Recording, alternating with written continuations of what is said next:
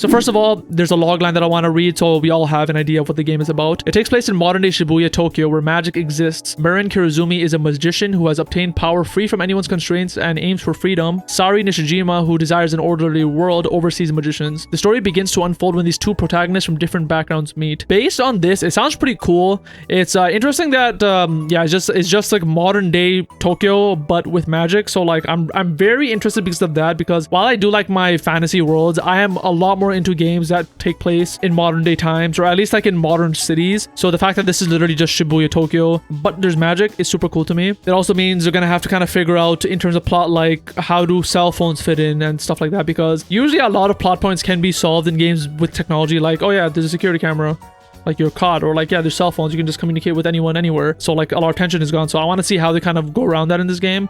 But yeah, it seems pretty cool based on that logline alone. Style of clothing looks very Kingdom Hearts like, where like the main character straight up looks like he's wearing like clothes that Sora would wear, to the point where, funnily enough, on April 1st they did an April Fool's joke, which I honestly didn't really get what the joke was, but pretty much they released promotional art as if there was going to be a collaboration between Reynatis and The World Ends With You. And seeing Reynatis being drawn in that style, I'm like, okay, yeah, this literally looks like he's a Kingdom Hearts character. Like he looks like what Sora could be wearing in Kingdom Hearts 4. The fashion style, I think, is something that I'm really liking so far. The music is being done by Yoko Shimomura, so like it's gonna be absolutely godly. So like that's something I'm not worried about at all. One thing that is interesting about the game that I noticed since I watched some of the gameplay is they have like this hue over the game. Usually games that have like a sepia overtone over it I do not like. I believe Octopath Traveler had like this sepia look and I kind of hated it. Like I wish they just like kept it like normal looking. This, I wouldn't say it's sepia. It has like a golden vibe to it, which I think that's why I'm more okay with it. I do think it's a bit much. It's like golden and very contrasty, because based on like what I'm seeing, it looks a bit too much. It looks like there's like a heavy ass filter on it, but we'll see how it is when the game happens, because it does make it look like more like antiquated, almost like you're in like the 80s or something, but it does take place in modern day Shibuya though. So like, yeah, that is just something I noticed. It has like this heavy filter, which I'm not a huge fan of. Getting into a bit of the gameplay, it looks super cool. One of the things I noticed like right off the bat is you're walking around Tokyo and it feels a lot like the Yakuza games. There's a bunch of people around, you can talk to them, they kind of react to you. One thing that I noticed and I thought it was cool is you play as a main character, and like you in the art you see him, he has like this gray hair and like he's kind of like, you know, a normal looking dude, but in the gameplay he was hooded and he looks like he was kind of like not wanting to be noticed. So like I didn't know what that was about, and turns out like that's a mechanic in the game, and it seems like the reason you're kind of being stealthy is you don't want to be caught by the MEA. I don't know what that is, but I'm going to assume that's the group that the other protagonist is part of, the woman, Sari.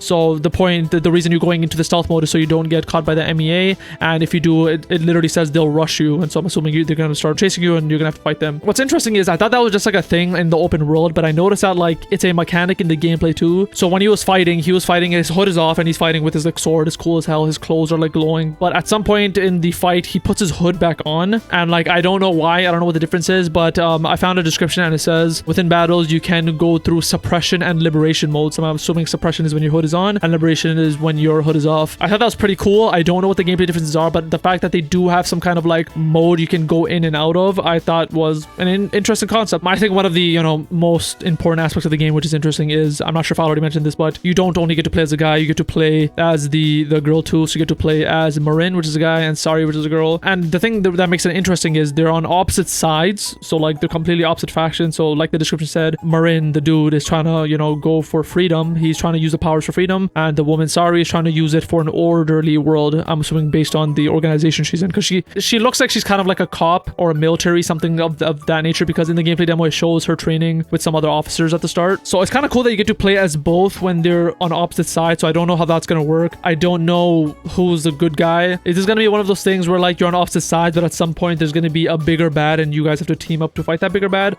I'm assuming it's gonna go that way. JRPGs are usually more cliche that way, and I like it. I kind of want that to happen. I hope that happens, honestly. But also, like, I'm not 100% sure if that will, because at the end of the gameplay demo, they kind of had like this promotional art at the end, and they have like promotional art of like the woman kind of standing, and in front of her is the guy kind of chained up as if like she caught him. That kind of makes it seem like that she does really want to catch this dude. And they also had like the exact same promotional art with different characters. So like it looks like there is going to be group dynamics. That isn't only going to be this guy, you know, on the side of freedom and this woman on the side of order. it seems like there's going to be a group of people on the side of order and a group of people on the side of freedom. So I'm very interested to see how that plays out. The combat itself, I can talk a little bit about that based on the demo. The combat seems to be primarily sword combat. So the woman and the guy, they're both using sword combat. It looked pretty cool. It was like action based. One thing I did notice, there was this mechanic. I can't like completely tell what it is, but once in a while they will try to do this charge attack. So like she's playing the woman and then this UI comes and is charging and it takes like 2 seconds to charge. And if she's able to do it successfully, she does like this cool flashy attack. I'm not sure exactly what that is because at some point she does that same move, but it ends up being like a counter. Like she counters the bad guy's attack and like goes around the bad guy and stabs him. In this gameplay demo, I only noticed the swords, but in an earlier trailer, they just show like other characters and there was like gun combat too. So that is something you can look forward to. Another thing I noticed in the combat is this could just be based on the way the streamer or whoever was playing, but like there's kind of like 2 forms of real-time combat that I noticed when watching a game. There's one that is very flowy, and like examples for that in my opinion are like Final Fantasy 16, Kingdom Hearts 2, Phantasy Star Online, where you're kind of fighting and you're kind of flowing through the battle, and if you ever get broken out of it, like that's a bad thing. Like you don't want to like be dodging all the time. Like you're like kind of always like on offense, and then once in a while you're in defense mode when they're kind of doing an attack, and then you're back on offense and you're flowing again.